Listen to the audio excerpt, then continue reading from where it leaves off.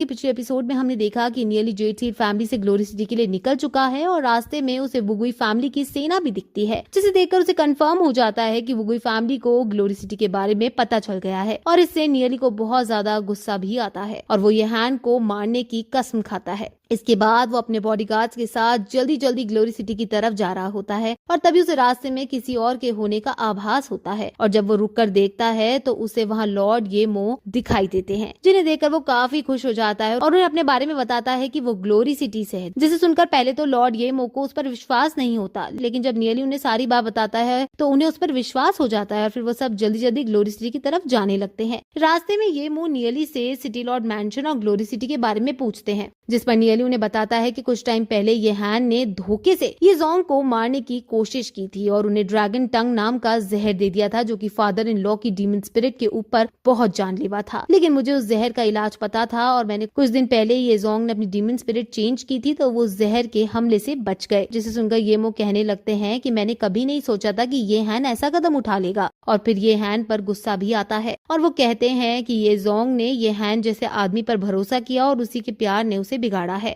और ये जोंग ही येहान को अगला सिटी लॉर्ड बनाना चाहता था और आखिर में येहान ने अपने पिता के ऊपर हमला किया। इस बात से लॉर्ड येमो काफी गुस्सा होते हैं और वापस जाकर ये जोंग को डांटने की बात करते हैं। नियली आगे उन्हें बताता है कि कैसे सेक्रेट फैमिली ने डार्क गिल्ड के साथ मिलकर विरोध किया था और इसलिए ये जोंग ने शेनहोंग को मार दिया था और उस दिन की लड़ाई में ज्यादातर सेक्रेट फैमिली मारी गई थी, लेकिन कुछ बचे हुए और घायल लोग येहान के साथ भागने में कामयाब हो गए थे। उसके बाद वो उन्हें ग्लोरी सिटी में हुई और भी कई बातें बताता है। ऐसे ही बातें करते करते नियली और येमो बाकी लोगों से आगे निकल जाते हैं। उन दोनों को इतना जल्दी आगे जाते देखकर लो मिंग सोचता है कि लॉर्ड येमो एक लेजेंड रैंक के डीमन स्पिरिचुअलिस्ट हैं, इसलिए वो इतनी तेजी से चल रहे हैं। लेकिन वो ये देखकर हैरान होता है कि नियली जो कि केवल गोल्ड रैंक पर है वो आसानी से कैसे चल पा रहा है, जबकि हम वो लेजेंड रैंक के वॉरियर होने के बावजूद भी उनके साथ नहीं चल पा रहे। अब वो सब नीदर वर्ल्ड से बाहर निकल आते हैं और तब नियली लॉर्ड येमो से उनकी कल्टीवेशन और लॉ पावर के बारे में पूछता है, जिस पर येमो उसे बताते हैं कि लॉ की पावर को फील करने में वो अभी केवल थोड़े से ही कामयाब हो पाए हैं और उन्होंने इस पावर की अभी केवल भारी परत ही छेड़ी है।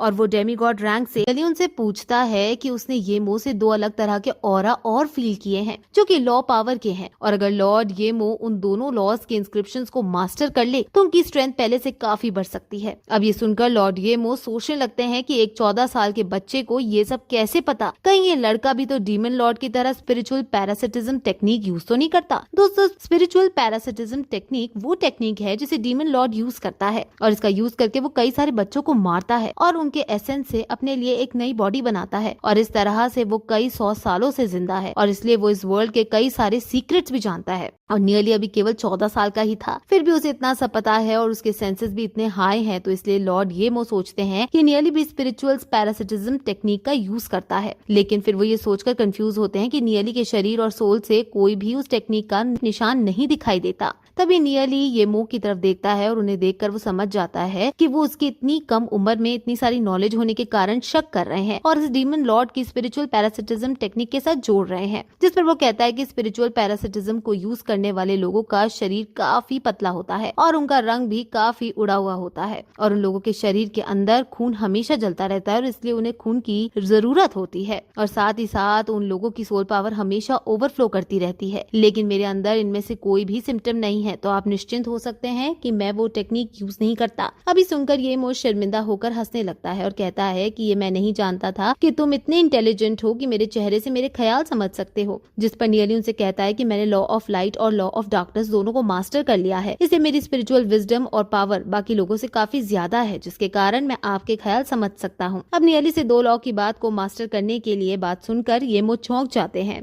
और कहते हैं कि मैं 10 साल से प्रैक्टिस कर रहा हूँ और मैं केवल स्नो के लॉ को थोड़ा बहुत ही समझ पाया हूँ और तुमने अभी से 2 लॉ को मास्टर भी कर लिया है। फिर वो हंसते हुए कहते हैं कि सब मुझे बड़ा जीनियस कहते थे, लेकिन तुम्हारे आगे मैं कुछ भी नहीं हूँ। फिर वो उसे बताते हैं कि नीदर वर्ल्ड के मास्टर ने भी केवल 1 लॉ ही मास्टर किया है और वो भी 2 लॉ को मास्टर नहीं कर सकते और अभी तक केवल तुम हो जिसने 2 लॉ को मास्टर किया है, जिसे अगर तुम मेहनत करते रहो तो एक दिन तुम नीदर वर्ल्ड के मास्टर से भी ज्यादा ताकतवर बन जाओगे। जिस पर नियली उन्हें बताता है कि असल में लॉ की पावर एक तरह की इंस्क्रिप्शंस है और अगर हमें किसी भी पावर के इंस्क्रिप्शंस पता चल जाएं तो उन्हें यूज करके हम किसी भी पावर को अपने अनुसार कंट्रोल कर सकते हैं और पूरी लॉ की पावर वैसे ही कई सारे छोटे छोटे इंस्क्रिप्शन को मिलाकर बनी है। फिर वो उन्हें स्नोविंड पावर का इंस्क्रिप्शंस बना के दिखाता है और उसे वो अपने एक हाथ में स्नोविंड के लॉ की पावर को इकट्ठा कर लेता है, लेकिन वो केवल एक ही इंस्क्रिप्शंस बनाता है और वो किसी के साथ ज्वाइन नहीं करता, तो वो केवल स्नो की पावर को अपने हाथ में बुला पाता है। लेकिन तभी ये उस इंस्क्रिप्शंस को देखते हुए अपने ख्यालों में खो जाते हैं और हवा में उठने लगते हैं। उनके शरीर से स्नो की पावर निकलने लगती है और उनकी लॉ की पावर की समझ बढ़ने लगती है। फिर उनके शरीर से एक पावर बाहर की तरफ निकलती है और उनका ऑरा हर तरफ फैलने लगता है। फिर ये